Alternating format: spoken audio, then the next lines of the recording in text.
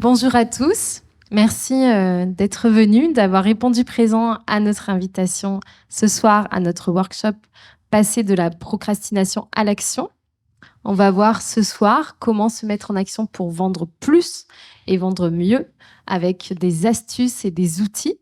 Voilà, vous êtes un petit mot de présentation. Alors, j'ai mis une petite note. J'espère que ça ne vous dérangera pas. Un petit mot de présentation avant de rentrer dans le vif du sujet. Donc, je suis Nancy Barthez, consultante en performance d'entreprise et en marketing expérientiel. Je suis issue du milieu industriel où je suis intervenue sur des missions de performance, de qualité, de satisfaction client. Et récemment, en plus de ces compétences, j'ai ajouté de la partie marketing et UX design pour l'expérience client et le développement des solutions d'acquisition client. J'ai avec moi Laetitia Béal et Sandra Martin. Je vais vous laisser vous présenter. Merci Nancy. Donc, je suis Laetitia Béal. Je suis la fondatrice depuis 20 ans de My Campus Réussite, donc qui se veut à l'origine un centre de réussite et de coaching pour les jeunes, puisque je suis coach diplômée d'État. Et on y a ajouté, il y a plusieurs années maintenant, l'accompagnement à la réussite pour les professionnels. Et on s'est rendu compte qu'il y avait vraiment du lien entre les deux. Et nous sommes désormais le premier centre de réussite jeunes et pros. Et on œuvre dans ce sens pour faire réussir les jeunes et les pros et surtout les faire réussir ensemble. C'est ce qui nous motive, c'est ce qui nous booste. Et ce soir, on va parler justement de la procrastination parce que ça parle à tout le monde. Ça parle aux professionnels, mais ça parle aussi aux jeunes parce qu'ils y sont aussi vraiment confrontés au quotidien. Merci et puis une belle soirée à tout le monde. Moi, je suis Sandra Martin. J'accompagne des personnes en coaching mental et sportif et également tout ce qui est douleur de l'appareil locomoteur. J'aime bien m'y confronter aussi. Je travaille en collaboration avec Laetitia dans le cadre du coaching. Et je suis ici ce soir pour parler de mon expérience de procrastinatrice et aussi voilà, comprendre comment en sortir parce qu'il y a de super solutions. Alors, très bien, merci à toutes les deux d'être là et merci de vous être présentées. Donc aujourd'hui, c'est une journée très spéciale puisque c'est le jour de l'Ascension. Donc c'est une journée importante pour les chrétiens, les catholiques qu'on salue. Cette journée, elle nous rappelle des choses importantes. Elle nous rappelle l'idée de devoir s'ouvrir au monde, de devoir être dans l'action, d'être en capacité également d'ouvrir son imaginaire et son mental aux choses qui peuvent arriver, aux opportunités. C'est l'occasion aussi de rappeler l'importance de sortir de sa zone de confort. Donc, c'est une journée qui est intéressante pour nous sur notre sujet aujourd'hui. L'idée est donc de sortir de nos croyances étriquées et de nos habitudes pour aller nous confronter au monde extérieur et être dans l'action. Voilà, l'importance d'être actif, d'être confiant, d'aller vers l'inconnu et d'être fort et discipliné face aux épreuves qui peuvent subvenir quand on se met en action. Alors, c'est donc vraiment une merveilleuse journée pour nous pour introduire ce sujet. Et je souhaitais vous dire d'avancer, d'y aller, de toute façon, on est toujours gagnant quand on est actif. Voilà, ne laissez pas surtout la procrastination empêcher de réussir vos projets et votre vie et gardez seulement la procrastination pour les moments que vous souhaitez où vous souhaitez donc vous reposer. Voilà, essayez de procrastiner seulement dans ces moments que vous avez gardés dans votre journée ou dans votre semaine pour vous reposer. Alors, la procrastination, ça touche des milliers de Français puisqu'on serait 72% à procrastiner environ 2 heures par jour. Donc 2 heures pendant lesquelles on n'est pas actif et on n'est pas du tout efficace pour agir vers ses rêves et ses projets. Alors c'est une habitude, un fonctionnement neurologique qui nous est hérité du paléolithique, donc ça date pas d'aujourd'hui. Malheureusement, par contre, on est de on procrastine de plus en plus. On procrastinerait, la procrastination serait en augmentation de 300% depuis 40 ans, selon certaines études, donc c'est pas négligeable. Et bien sûr, le téléphone est l'une des sources majeures de notre procrastination moderne. Alors, la procrastination, c'est un petit peu de la recherche de confort. Notre cerveau calcule les efforts à fournir pour obtenir un résultat. Donc, c'est vraiment ce qui se passe au niveau du cerveau. On est dans la réflexion inconsciente de quel est le niveau d'effort que je vais devoir développer pour obtenir un certain résultat. Alors, bien sûr, si on a une vision énorme des efforts qui est peut-être pas forcément réaliste, mais si on a une vision énorme des efforts qu'on va devoir développer, et si en plus on a peut-être une toute petite vision des résultats qu'on va obtenir, on n'est pas totalement conscient et totalement, on n'a peut-être pas suffisamment projeté les résultats qu'on allait obtenir grâce à cette action, mais forcément le cerveau, lui, se met en mode non, en fait, ça va pas le faire, on va rester à la maison, on va rester sur le téléphone, on va scroller et tout ira bien. Donc, bien sûr, si l'effort paraît difficile et le résultat faible ou peu utile, le cerveau va nous stopper dans notre action. Alors, le cerveau, il utilise le cortisol, qui est une molécule qui va nous empêcher en fait de rentrer en action, qui va nous donner envie d'être plutôt dans l'inaction, la passivité, et qui nous incite au choix le plus confortable. Alors, bien sûr, on parlait de scroller sur son téléphone, par exemple, mais ça peut être également de décider d'aller faire autre chose plutôt que l'action qui va nous mener au résultat qu'on souhaite obtenir. Alors, je prends pour exemple, je dois appeler un client qui est peut-être mécontent, ou je dois appeler, je dois réaliser un dossier administratif. Finalement, plutôt que de faire ça, je vais discuter avec un fournisseur, je vais travailler sur un autre dossier. En fait, je vais aller faire des choses que j'aime. Donc, essayer d'éviter, avoir ces processus d'évitement et ne pas aller dans l'action principale qui nous permet d'atteindre nos objectifs, c'est aussi une manière de procrastiner. Alors, tout à l'heure, je vous expliquais que le cerveau crée une molécule qui s'appelle le cortisol qui va vous donner encore plus envie de ne rien faire. Mais le fait de procrastiner et de ne pas être dans l'action que vous avez prévu de réaliser va créer du stress. Pourtant, l'action, elle, vous permettrait de libérer une décharge d'hormones et d'endorphines. Donc une sensation de bien-être. Ce qui du coup est assez paradoxal, puisque j'accepte de ne rien faire en pensant que finalement je vais être dans le confort, et finalement je crée du stress, alors que si je faisais quelque chose, j'aurais un sentiment de bien-être grâce à ces endorphines. Donc pourquoi ? Et il en libère quand même entre-temps de la dopamine, puisque quand tu ne fais pas ce que tu devrais faire, du coup, il t'envoie une petite décharge de dopamine pour te dire c'est bien, tu vois, tu as fait autre chose à la place, tu as l'impression d'être soulagé. Donc, il envoie quand même aussi. Oui, mais moins que si on était en train d'agir, par exemple en train de faire une séance de sport, et où le cerveau envoie beaucoup d'endorphines pendant la séance de sport ou pendant l'action, qui va donc donner une vraie sensation de bien-être. Donc pourquoi est-ce qu'on décide de rester dans l'inaction ? Pourquoi est-ce qu'on peut faire ce choix d'écouter notre cerveau qui nous dit non, finalement, l'effort n'en vaut pas la chandelle, reste à la maison, reste sur ton canapé ou fais autre chose. Alors parce que nous ne sommes pas seulement des êtres inconscients, nous ne subissons pas seulement nos molécules ou nos hormones, nous avons aussi la liberté de choix, la liberté de décider. Et donc, à un moment donné, il y a une action consciente qui agit et qui va faire que oui, on va rester sur notre canapé, ou non, on va se lever et on va avancer, ou alors qu'on va faire le choix de l'action qu'on va mettre en place dans la journée. Donc, celui d'écouter soit ce confort immédiat qui est procuré par l'inaction, soit d'écouter la satisfaction qui sera libérée par l'action. Alors, qu'est-ce qu'on va faire ?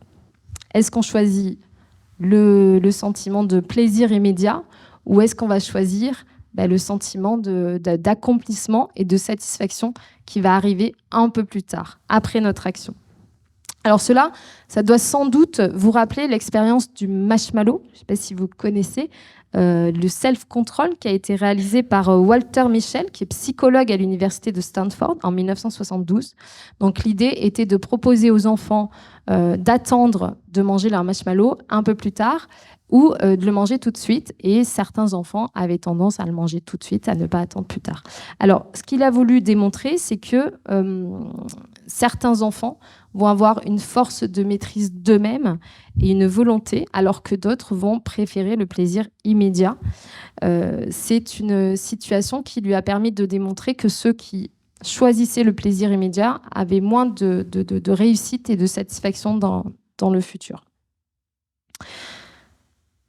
Qu'est-ce qui se passe si je choisis le confort, si je choisis l'inaction ou la procrastination? Alors, par exemple, comme je vous disais tout à l'heure, plutôt que d'aller rencontrer des prospects ou des clients, je vais faire mes papiers, je vais appeler un fournisseur, je vais traiter un dossier ou je vais peut-être faire des choses que j'aime. Quelles sont ces conséquences? Il y a un proverbe qui dit « Qui laboure sa terre sera rassasié de pain, mais qui court après les fainéants sera rassasié de pauvreté. » Alors, les proverbes sont très durs face à la procrastination. Un autre proverbe nous dit « Celui qui agit d'une main lâche devient pauvre, mais la main des diligents enrichit. » Donc on voit qu'en effet, selon les proverbes, alors ça date du 9e siècle avant Jésus-Christ, comme quoi Jean de La Fontaine n'a pas tout inventé avec sa cigale, on aurait en effet des impacts assez négatifs pendant la procrastination, alors que la mise en action serait plutôt pourvoyeuse de biens. Alors dans ces proverbes, on nous parle du diligent. Le diligent, c'est celui qui fait tout son possible pour mener à bien tout ce qu'il entreprend, autant dans sa vie personnelle que professionnelle. Cela requiert nécessairement une bonne maîtrise de soi, de la discipline et des efforts. C'est ce dont vont vous parler Sandra et Laetitia tout à l'heure. Alors, le diligent, il fait bien son devoir et il le fait promptement. On pense à celui qui est toujours à l'heure, celui qui rend son dossier dans les temps, celui qui va apporter des éléments de grande qualité. On pourrait presque en être jaloux, mais on a également des outils pour pouvoir aller de l'avant comme ce diligent. Alors, les conséquences de la procrastination, faut prendre conscience qu'elles sont nombreuses et plutôt néfastes. Premièrement, ça va être des émotions négatives, de la baisse de la qualité du travail, de la réprobation de soi-même ou de son entourage, une performance faible, des conséquences négatives sur les résultats, bien sûr, des problématiques. Si je ne fais pas mes impôts à temps, je vais avoir des petits problèmes. Si je ne paye pas mes fournisseurs, je vais avoir des difficultés. Si je ne vais jamais voir mes prospects, je ne vais pas vendre, etc., etc. Ça va créer une faible estime de soi, de la culpabilité. J'y pense tout le temps, la nuit, le jour. J'ai pas fait ça, j'en suis où? J'avance pas. Donc forcément, du stress, de l'anxiété. Je deviens irritable avec mes proches. Je commence à avoir un petit peu d'insomnie parce que j'ai ce dossier sur le dos dont je ne suis pas occupée depuis 3 semaines et qui commence à poser vraiment des problèmes. Ça va créer de l'inattention, des problèmes avec son entourage, des problèmes administratifs et financiers. Et ça peut causer également une faible intégration sociale et même des impacts sur la santé mentale. Alors, il y a des chercheurs en Suède du Karolinska Institute qui ont testé les impacts de la procrastination sur 3525 jeunes et qui nous disent qu'il y a un vrai impact sur la santé physique, notamment, avec des douleurs de dos, des douleurs dans les jambes, des douleurs dans le haut du corps, qui sont causées par la procrastination, par les impacts de la procrastination. Ils ont également remarqué que les jeunes qui avaient tendance à procrastiner avaient également une mauvaise hygiène de vie, un mauvais sommeil. Ils étaient souvent c'était des jeunes qui manquaient d'activité physique. également qui consommaient régulièrement de la drogue. Ils évoluent dans un environnement psychosocial défavorable, ils finissent par s'isoler et forcément, les impacts financiers sont certains avec une précarité financière et une faible satisfaction de vie. On voit concrètement un cercle vicieux qui s'installe quand on rentre dans un fonctionnement de procrastination. Donc, on prend conscience en effet que la procrastination n'est clairement pas bonne pour qui que ce soit. L'inverse, en revanche, permet d'obtenir des résultats probants sur sa situation personnelle, sur son corps, quand je commence à faire attention, à faire des efforts sur mon alimentation, sur le sport, sur mon sommeil, que je vais faire des efforts pour moi, forcément ça va se voir sur votre santé et votre corps. Ça a des impacts positifs sur sa vie sociale, quand les autres vous voient agir, vous voient dans l'action, même si le résultat ne vient pas tout de suite, forcément ça attire les gens vers vous. Ça va avoir des impacts sur votre bien-être, sur votre santé mentale, sur votre vision de la vie. Ça va également vous permettre de réaliser des projets, des rêves, de rencontrer des gens, de vous enrichir, d'obtenir des gains financiers. Ça va vous permettre d'enrichir d'autres personnes et peut-être aussi d'embaucher, de faire vivre d'autres familles. Et surtout, forcément, ça va avoir un impact sur votre estime de vous-même et sur l'image que vous renvoyez aux autres. Donc, sortir de la procrastination, ça a un vrai impact dans la vie de ceux qui sont arrivés à trouver les astuces pour mettre des choses en place dans leur vie. Ça permet également d'être leader, d'être un modèle pour les autres et d'être utile. Voilà, donc beaucoup d'impact positif quand on sort de la procrastination. Fournir de gros efforts pour accomplir sa tâche, c'est ce qui permet l'ascension personnelle. Ça demande de la force de caractère et de la discipline. Et Laetitia et Sandra vont maintenant nous donner de nombreuses astuces pour mettre en place des choses concrètes dans notre vie. Merci. Merci beaucoup Nancy pour cet éclairage qui était très important pour comprendre ce qu'était la procrastination. Donc effectivement, vous l'aurez compris, la procrastination, c'est le report volontaire et irrationnel d'une tâche. Et Tim Urban en parle très très bien dans ses conférences et dans son article « Pourquoi les procrastinateurs procrastinent ?» Difficile à dire. Et en fait, il explique en 3 parties. La partie rationalisatrice, qui est la fête du monstre imaginaire, c'est là où le procrastinateur va justifier son comportement en imaginant que ce n'est pas très grave. Alors, il explique très bien avec une situation auprès de jeunes. Donc, nous, chez MyCampus, comme vous l'avez compris, on s'occupe pour beaucoup des jeunes. Et par exemple, un jeune qui a une dissertation à faire, il va reporter cette dissertation vraiment à la dernière minute. Il se dit, je vais avoir le temps. Si c'est dans 3 semaines, je m'y mettrai 2 jours avant. Donc, entre-temps, il vit tranquillement, il laisse passer le temps en étant sur son téléphone, par exemple, en scrollant. Et il se dit que tout va bien se passer. Et puis, il y a aussi la panique de la panique. Donc ça, c'est la deuxième étape, c'est quand la partie émotionnelle prend le dessus et que le procrastinateur réalise qu'il est vraiment tendu, qu'il est vraiment dans une situation compliquée et même grave. Et là, la panique va s'installer. Mais c'est souvent trop tard. C'est-à-dire que le temps de préparation, on va en parler par la suite sur la préparation des objectifs, et cette panique-là va le couper en fait de ses actions, ne va pas lui permettre, comme Nancy en parlait tout à l'heure, de passer à l'action, mais va plutôt créer une boucle de stress et d'autoflagellation où il va s'en vouloir de ne pas avoir agi plus tôt. Et ensuite, la troisième partie, qui est le monstre en bas de l'échelle, donc la partie réaliste, c'est là que les tâches deviennent urgentes, donc souvent à la dernière minute, c'est quand on se réveille tardivement. Et là, le procrastinateur réalise qu'il n'a pas d'autre choix que d'agir, parce que la dissertation, elle est à rendre demain. Mais il est souvent confronté à des difficultés supplémentaires qui sont dues à ce manque de temps et à ce manque d'anticipation et de préparation.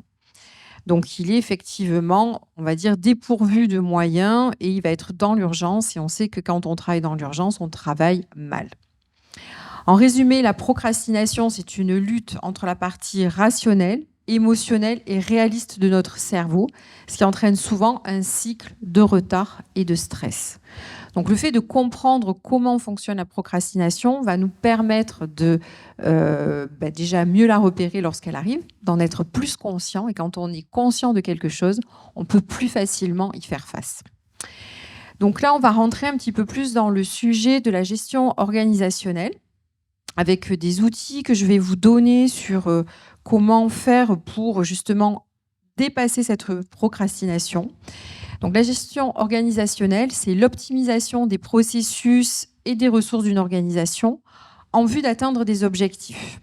Les objectifs pour lutter contre la procrastination sont très, très importants. C'est-à-dire que sans objectif, la procrastination va rester. Il est impératif de se fixer des objectifs. Si on se fixe des objectifs qui sont mal définis, si on a une mauvaise planification ou si on a une mauvaise communication, alors on va creuser le lit de la procrastination dans l'organisation. Donc, on va revenir sur ces objectifs qui doivent être bien définis, bien planifiés et bien communiqués auprès des collaborateurs. Une gestion efficace va permettre de diminuer la procrastination. Et cela, pourquoi ? Parce que ça va créer un environnement propice pour la productivité et pour la réalisation des tâches. Donc, cette gestion, elle est vraiment primordiale. Donc, se fixer des objectifs et avoir une gestion efficace sont vraiment deux tâches très, très importantes pour que la procrastination ne puisse pas se mettre en place. Donc, un objectif, qu'est-ce qu'il doit avoir ? Un objectif, pour qu'un objectif soit bien fixé, il faut qu'on ait des buts clairs. Vous vous souvenez, vous en avez peut-être entendu parler de la méthode SMART. Donc, un objectif doit être clair, il doit nous donner une direction à suivre, c'est-à-dire que un objectif, c'est bien, mais dans quelle direction je dois aller ? On doit répondre à cette question. Il faut aussi qu'il y ait un plan d'action, parce que c'est bien beau d'avoir des objectifs valorisants, des objectifs de qualité, mais encore faut-il savoir comment y aller. Donc le plan d'action est très important également. On doit surmonter la procrastination. C'est une épreuve, ce n'est pas quelque chose de facile. Parce que procrastiner, c'est effectivement la solution de facilité. Donc, surmonter la procrastination, c'est un véritable effort à faire sur soi. Et au plus on fera cet effort, et au plus ce sera facile pour chacun. Et la procrastination ne sera plus qu'une petite chose qui aura moins d'importance. Elle va se réduire jusqu'à ne plus être là ou beaucoup moins souvent qu'auparavant. Et puis, il faut de l'énergie aussi. Il faut vraiment de l'énergie, on en parlait tout à l'heure, sur la nourriture, sur l'hygiène de vie, sur le sport. Pour avancer, pour se fixer des objectifs et ne plus procrastiner, effectivement, il faut beaucoup d'énergie. Et cela passe par une physiologie opérationnelle, mais je pense que Sandra va nous éclairer à ce sujet tout à l'heure. Alors, attention, il ne faut pas non plus trop s'acharner ni être trop rigide avec soi-même, surtout au début. Lorsqu'on décide de dépasser cette procrastination, il faut aussi être gentil avec soi. Voilà, donc il faut s'accorder des moments où on procrastine et des moments où on ne procrastine pas. Mais on va y aller par étapes. Alors, je vais vous donner quelques tips, quelques astuces justement pour vous fixer des objectifs et être dans cette gestion organisationnelle dans le but de procrastiner de moins en moins. Donc, essayez de choisir 3 à 5 projets cette année. On est au printemps, c'est le moment où les projets émergent, on a envie de mettre des choses en place. Donc, à réaliser pour cette année. Et posez-vous ces 3 questions. Qu'est-ce que je veux vraiment ? Parce que se fixer un objectif, c'est bien, mais c'est parfois un peu flou et un peu large. Donc, répondez à la question « Qu'est-ce que je veux vraiment par rapport à cet objectif ?» Ensuite, pourquoi est-ce que je le veux, cela ? Pourquoi ? C'est chercher votre pourquoi. On en parle souvent de cela. Quel est mon pourquoi ? Pourquoi je veux atteindre cet objectif ? Et quelles actions ai-je besoin d'entreprendre pour l'atteindre ? Alors, il peut y en avoir 1, 2, 3, une dizaine, peu importe. listez les actions que vous avez besoin de mettre en place pour atteindre votre objectif et votre projet. La deuxième astuce, on en a parlé tout à l'heure, c'est que vos objectifs doivent être à la fois clairs et réalisables. Sans quoi, vous ne serez pas concentré sur votre objectif et vous ne serez pas motivé à l'atteindre. Donc, soyez vraiment très exigeants par rapport à ça. Un objectif clair, à la limite quantifié et surtout réalisable. Ne vous mettez pas la barre trop haut. Ne soyez pas trop perfectionniste comme on en a entendu parler tout à l'heure. Une troisième petite astuce, c'est la planification. Se fixer des objectifs, c'est très bien, mais il faut qu'il y ait la notion de temps qui soit rattachée à ceci. Donc, organisez vos tâches par ordre de priorité. Moi, personnellement, j'ai toujours 2 pochettes. Une pochette où j'ai un post-it 1 et une pochette où j'ai un post-it 2. Et une fois par semaine, tous mes documents, je les trie dans ces 2 pochettes-là. Donc, 1, c'est l'urgence, 2, ça peut attendre. Et fixez-vous aussi des échéances. Pour chaque objectif que vous êtes fixé ou pour chaque action, mettez-vous une deadline à ne pas dépasser. Comme ça, vous ne serez pas tenté à le reporter indéfiniment. D'autre part, essayez d'éliminer les distractions. Vous devez faire le point et être clair avec ça par rapport à vous-même. Qu'est-ce qui me distrait? Donc, essayez d'identifier vos sources de distraction. Ça peut être le téléphone. Moi, j'ai coaché une étudiante qui a voulu arrêter Instagram parce qu'elle passait un temps infini et elle me disait ce temps-là n'est pas valorisant. Quand je fais le point de ce que j'en ai tiré au bout de 2 heures, ben c'est peut-être 2 minutes de choses intéressantes. Donc, j'ai perdu les 99% de mon temps. Donc, elle a éliminé Instagram et elle l'a réintégré, mais de façon plus choisie où elle gérait son temps dessus. Donc, identifiez vos sources de distraction et essayez de les éliminer petit à petit. D'autre part, essayez aussi de voir comment vous pouvez gérer votre temps. La gestion du temps est aussi primordiale. Il y a des petites méthodes. Penchez-vous sur la méthode Pomodoro, qui est une méthode où on va travailler 15 minutes ou 20 minutes, se concentrer, laisser le téléphone, vraiment se concentrer sur une chose et éviter de s'éparpiller. On a tendance maintenant à faire plusieurs choses à la fois, être un peu multitasking, mais ce sont des choses à éviter. On est plus efficace lorsqu'on se concentre sur une chose, ne serait-ce qu'un quart d'heure ou 20 minutes. Ou bien, moi, ce que je fais aussi, c'est que je programme mon cerveau. Je lui dis, ben là, pour cette tâche-là, tu vas y passer tant de temps. Et même si j'ai tendance à, on va dire, à sous-estimer le temps, très souvent, le cerveau, il se programme. Il dit, OK, tu m'as donné ce temps-là, je vais le faire dans ce temps-là. Il est très, très plastique, notre cerveau. Ensuite, soyez motivés parce qu'en fait, les tâches sont directement liées aux objectifs. Donc, la motivation est vraiment importante. Donc, il faut choisir un jour où vous êtes dans cette motivation-là pour mettre en place des actions qui vont permettre d'atteindre vos objectifs. Et pensez toujours, lorsque vous faites une tâche, à l'objectif auquel c'est relié. Ça, c'est important. Je fais une tâche, je pense à mon objectif. Dans quel but je fais cette tâche pour atteindre tel objectif? Commencez aussi par les tâches difficiles. Vous serez d'autant plus satisfaite si vous commencez par les tâches les plus dures et si vous finissez par les tâches les plus simples. Parce que le plus dur sera déjà réalisé, donc vous serez fier et satisfait de vous. Et enfin, pratiquez l'autocompassion. Ne soyez pas trop dur non plus avec vous-même. Soyez gentil avec vous-même parce que ce qu'on se demande, c'est souvent compliqué, c'est souvent difficile. Vous allez entamer un processus de changement. Et il faut aussi se congratuler, il faut aussi se récompenser, avoir des petites gratifications. Un jour où vous êtes fier de vous, d'avoir justement mis en place des actions pour atteindre vos objectifs, eh bien, je ne sais pas, faites-vous une petite récompense. Voilà, soyez gentil avec vous par rapport à ce que vous avez mis en place pour vous dépasser, pour vous surpasser. En tout cas, voilà, il y a pas mal de choses à mettre en place pour dépasser cette procrastination et surtout penser qu'elle va vous aider à atteindre vos objectifs. C'est là le plus important à mon sens. Je ne sais pas ce qu'il va me rester à dire après ces 2 interventions.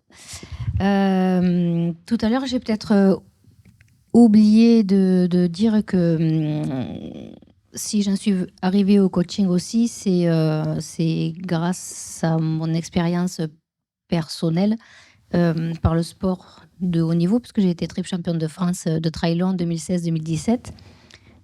Où pendant 17 ans, je faisais de la course à pied en parallèle de mon poste d'assistante de direction. Je procrastinais très nettement au travail. Par contre, entre midi et 2, quand il me fallait aller courir, il n'y avait pas le temps pour la procrastination. Et c'est comme ça que peu à peu, j'ai commencé à comprendre les mécanismes qui se mettaient en place, sans m'y intéresser vraiment. Mais voilà, en fait, le secret, c'est pour moi que l'objectif qu'on a ait vraiment du sens, un sens profond. Une fois que cet objectif a un sens profond, si on y rajoute de la discipline et de la rigueur, ça fait déjà les 3/4 de la solution, en fait. Après, le secret, ben évidemment, hein, pour sortir de la procrastination, c'est le passage à l'action, en laissant tomber ou en partant avec nos peurs, c'est pas grave. Mais la peur de quoi? La peur de l'échec, la peur de pas réussir, on le sait pas tant qu'on n'a pas commencé à faire l'action, en fait. Donc le départ, c'est se mettre en mouvement, se mettre en action. Hem, Accepter aussi que des fois, ben, ça puisse pas marcher ou qu'on puisse trimer à faire voilà, une certaine tâche. Quand j'étais dans ma période course à pied et compétition, il m'arrivait très souvent de partir avec des douleurs. Mais ces douleurs, en fait, elles n'existaient pas puisque ma priorité entre midi et 2, c'était d'aller courir pour continuer de m'entraîner et garder mon niveau. Donc, si on le ramène dans le cadre professionnel, puisque toutes les compétences et les expériences sont transportables d'un domaine sur l'autre, ça peut faire partie, ben voilà, des échecs qu'on peut avoir ou des difficultés sur lesquelles on va rebondir, on peut s'en servir pour tirer des conclusions et continuer d'avancer en visée de l'objectif. Qu'est-ce qu'il y a d'autre à rajouter? Acceptation de la douleur, voilà, se féliciter. Euh, la résilience, ben ça, la résilience, on en parle beaucoup, mais c'est un entraînement aussi, en fait.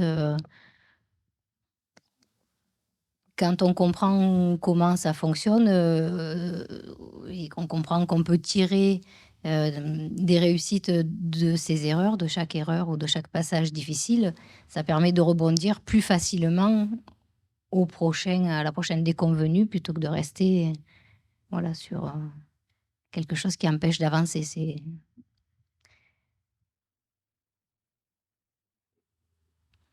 toujours le focus sur, voilà, sur l'objectif, sur les perspectives positives que ça va entraîner ben, pour notre cadre professionnel ou pour un cadre personnel, sportif, peu importe. C'est ouais. Voilà, après tout ce que vous avez dit. Oui, sur le là où je peux encore arriver à procrastiner, par exemple, c'est maintenant que je n'ai plus vraiment d'obligation, d'aller courir entre midi et 2. Ben, là, effectivement, comme, je suis comme tout le monde, c'est fatigant, il fait chaud, c'est dur et ah ben, ça va monter là où tu pars, ben, je repousse le temps, je me trouve des excuses, donc je procrastine, heu et en fait, c'est simplement qu'un manque de discipline, avec soi-même, je pense aussi beaucoup. Oui, tout à fait. Merci à toutes les deux. Sandra et Laetitia, vous êtes des spécialistes professionnels liés à la mise en action, la motivation et le changement dans sa vie. Pour conclure, je vais également parler de la procrastination liée à la vente. Je pense que beaucoup de personnes procrastinent au moment où il faut passer à la prospection. C'est un domaine dans lequel beaucoup d'entre nous ne sommes pas toujours à l'aise. C'est simplement parce que la vente demande des compétences. On n'en a pas beaucoup parlé, mais c'est vrai qu'une des causes aussi de la procrastination peut être le manque de compétences.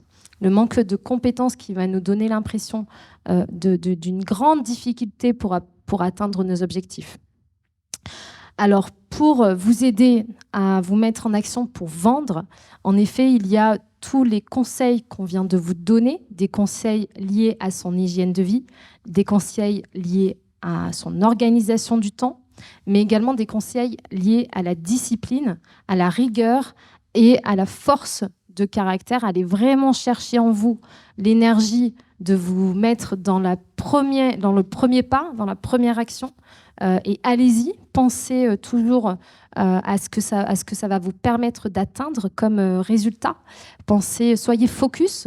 Voilà ce que nous disent souvent les grands sportifs et les grands sportifs. Alors, la vente, les raisons pour lesquelles on peut avoir du mal à s'y mettre, c'est déjà la peur d'échouer, de ne pas vendre, le stress lié au rejet, à l'échec. Je vais aller taper chez ce prospect. Est-ce qu'il va vraiment me recevoir? Est-ce qu'il va prendre le temps de m'écouter? Est-ce qu'il ne va pas simplement me dire merci, au revoir, je n'ai pas le temps, comme c'est le cas souvent quand on prospecte. Donc, et aussi également, quel est le retour qu'il va me faire sur la valeur de ce produit que j'ai créé, qui vient de moi, qui vient de mes rêves. Et finalement, est-ce qu'en allant vendre, je vais aller me confronter au regard des autres sur ce que je viens de construire comme service et comme produit? On peut avoir la culpabilité liée à l'argent. Voilà, le fait d'oser gagner de l'argent peut être difficile chez certaines personnes. Vendre, c'est également fatigant, c'est coûteux en énergie, en temps. Prospecter demande beaucoup d'investissement. Et puis, ça demande de bien maîtriser son produit et d'avoir des méthodes. Ça peut vous mettre en difficulté parce que vous allez avoir quelques faiblesses sur la maîtrise, la connaissance de votre produit ou sur les méthodes de négociation et de vente. Et donc, ça vous mettrait en difficulté d'avoir ces faiblesses. Le manque d'expérience est une vraie raison également pour laquelle on ne s'y met pas. Alors, la première étape, c'est de prendre conscience qu'on manque peut-être de compétences en vente. Il y a 4 étapes dans la compétence. La première, c'est de ne pas savoir.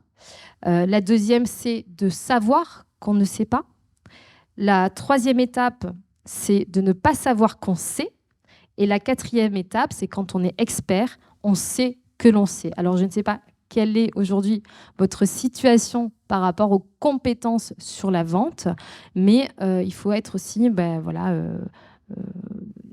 honnête avec soi-même. Ce n'est pas toujours une compétence qu'on maîtrise. La première chose alors du coup, je vais vous donner quelques astuces pour pouvoir avancer sur la vente.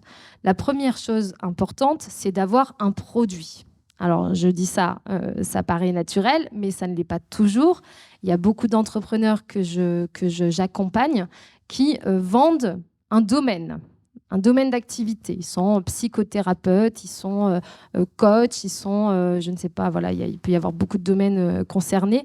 Mais en fait, ils sont sur un domaine, ils n'ont pas forcément un produit clair. Donc, la première étape, c'est de clarifier ce qu'on vend. Est-ce que c'est un package? Est-ce que c'est un atelier? Est-ce que c'est un accompagnement? Combien de temps il dure?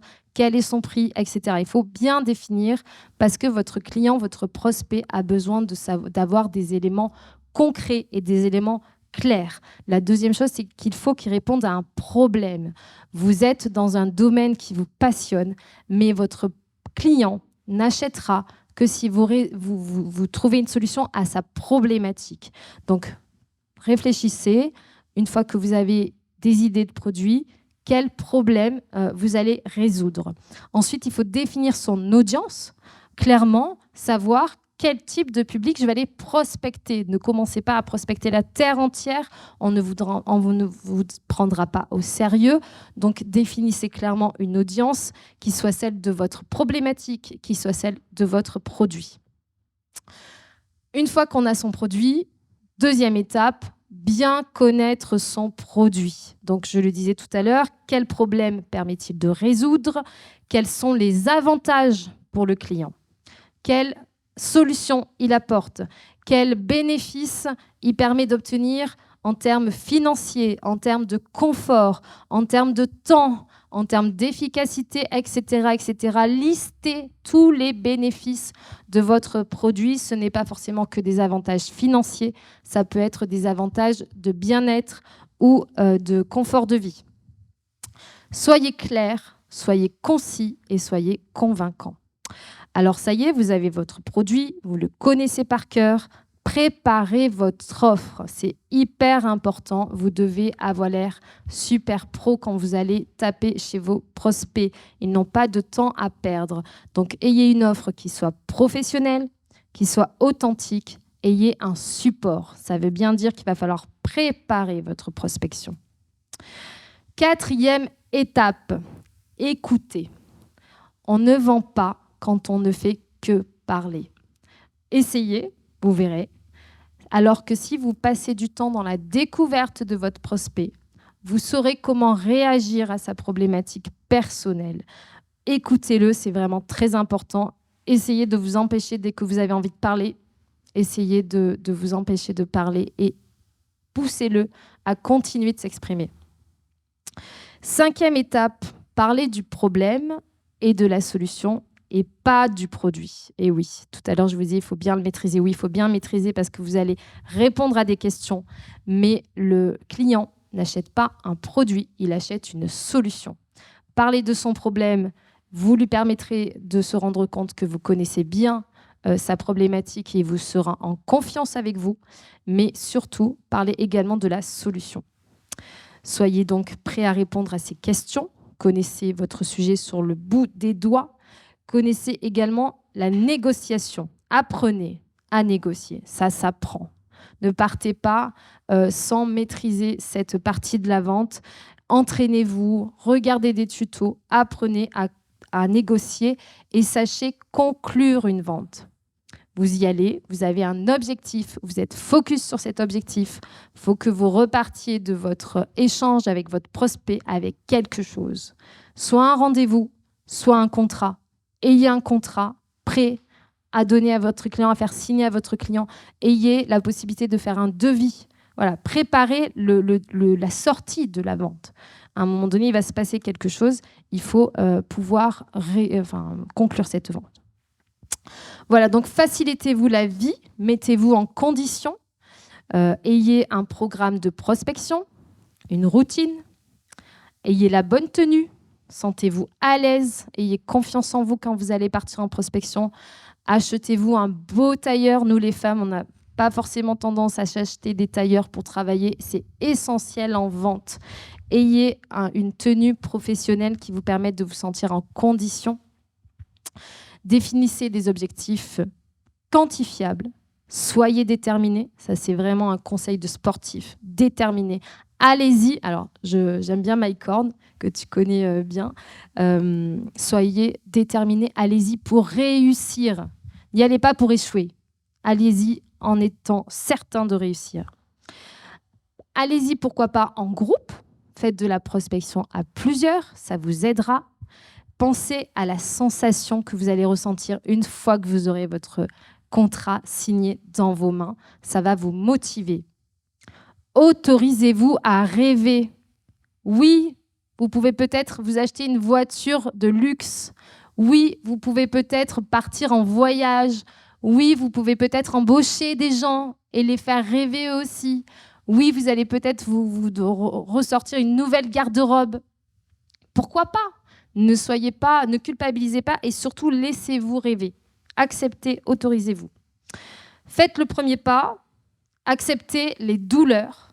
Et merci Sandra de le rappeler, c'est vraiment important. Oui, vous allez avoir mal, c'est sûr. Bien sûr qu'il y a des personnes qui vont vous rejeter. Bien sûr qu'il y a des personnes qui vont vous fermer la porte. Acceptez. C'est pas grave d'avoir mal. Ça passe. Ça passe, on le sait, surtout quand on est adulte. On a eu mal très souvent quand on est tombé à la cour de l'école. On a eu mal la première fois que notre petit chéri nous a laissés toute seule sur le bord de la route. On a eu mal des tas de fois dans notre vie et on est toujours vivante et on est extrêmement forte. Donc n'ayez pas peur d'avoir mal. Mike Horn dit « La douleur et la peur doivent être votre maison ». Soyez focus sur le résultat final. Alors là, encore une citation de Mike Horn. On passe trop de temps sur des choses inutiles. Vous procrastinez, vous faites autre chose. Arrêtez. Passez focus sur votre résultat final. Voilà. Alors moi, j'aime bien quelque chose qu'il dit également. Il dit dans la vie, plus que la motivation, il faut avoir une discipline. Quand je dois sortir de ma tente à moins 50 degrés, ce n'est pas la motivation qui me fait sortir de ma tente. On s'en doute bien. Par contre, c'est la discipline qui va me faire sortir de ma tente. Et quand je suis sortie de ma tente, que j'ai tout plié et que j'ai 5 minutes d'avance sur mon chrono, c'est là que vient la motivation. Voilà. Pour ce mot de la fin, je pense que ce sera pas mal.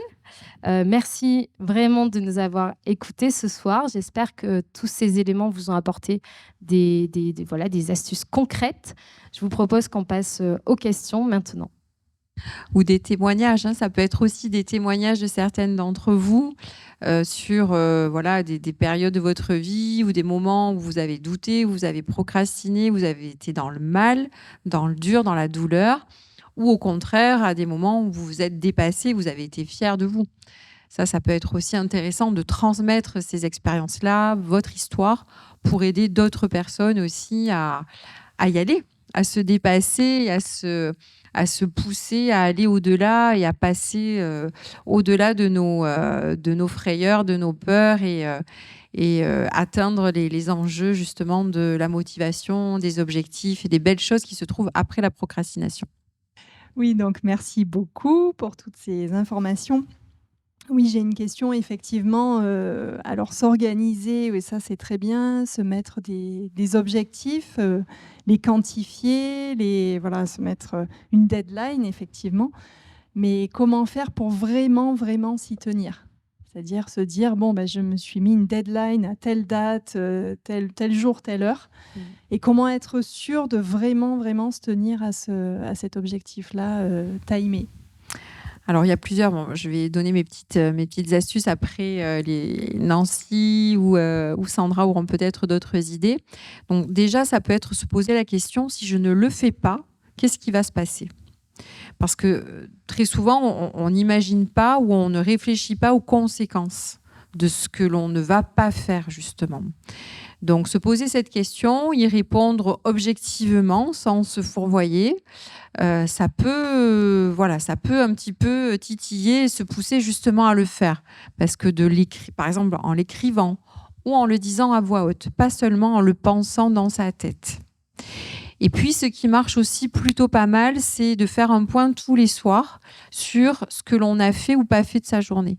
Donc, on s'est fixé des choses, on n'a certainement pas tout réalisé, mais de se dire, je vais je vais éliminer ce que j'ai fait. Donc déjà, ça rend satisfait et fier de soi. Et ce que je n'ai pas fait, je vais le repositionner sur une autre date. Donc, on va voir combien de choses on n'a pas fait par rapport à ce qu'on a réalisé.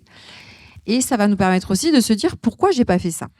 Qu'est-ce qui s'est passé qui fait que je n'ai pas pu le faire? J'ai manqué de temps, je me suis donné trop de tâches à faire pour cette journée. À ce moment-là, ça va nous permettre aussi de réajuster pour le lendemain, d'en mettre peut-être un petit peu moins, ou de se dire, tiens, là, j'ai peut-être eu peur. Comme disait Nancy tout à l'heure, j'ai peut-être eu peur d'affronter mon client. Mais au moins, on le pose, on le questionne, on s'y confronte, et ça nous permet la fois d'après d'être un petit peu plus serein, un petit peu plus aussi peut-être gentil avec soi-même en se disant ça c'est peut-être un petit peu dur pour moi, je vais le couper par étapes plutôt que d'appeler quelqu'un auprès duquel j'ai peur d'aller. Je vais peut-être d'abord lui envoyer un message et puis en fonction de la réponse je l'appellerai. Voilà, donc c'est de le segmenter en sous-étapes. Quand un objectif est un peu complexe pour nous, on essaie de le scinder en plusieurs petites étapes plus faciles. Donc voilà, ça, ce sont mes petits tips à moi, mais peut-être que les filles, vous avez d'autres idées. Ça fait partie de ce que tu as dit, mais en 1, pour moi, il y a le pire scénario à marquer, voilà. Et de noter aussi, ce que tu sais qui pourrait t'empêcher d'empêcher, donc tu sais que telle et telle chose sont susceptibles de te détourner de l'objectif, ben, tu les marques à chaque fois que, tu sais que: «Ah ben, ouais, donc ça non, je laisse pas la place à ça, pour le moment». Ça peut se rapprocher aussi dans le domaine sportif, ce qu'on appelle le stress de performance, c'est-à-dire, ben, tu as peur de pas encore, de pas avoir fait assez, de toujours, voilà, chercher, à forcer encore plus, à aller faire, la sortie peut-être encore plus, qui va faire que, ben, bim, tu vas faire un truc qui fait que tu pourras pas faire du tout. Donc, voilà, à un moment donné, c'est de se faire, juste con Il n'y a plus qu'à. On est heureuse de vous l'entendre dire. Il n'y a plus qu'à. C'est vrai que, voilà, je pense que c'est le mot de la fin. Il n'y a plus qu'à. Et ben, on vous encourage en tout cas à réussir, mais surtout avant de réussir, à agir. Quoi que vous fassiez, vous réussirez quelque chose dans tous les cas. Voilà, merci à vous d'avoir été avec nous ce soir. On va passer à la soirée jazz. On va se détendre autour d'une petite collation. Merci à toutes les deux d'avoir été présentes. Vraiment, vos conseils étaient de très grande qualité. Et je suis sûre que l'ensemble des gens qui nous ont vus ce soir seront plein d'idées, plein de bons conseils pour avancer dans leur vie. Et c'est ce qu'on vous souhaite à tous. Merci beaucoup.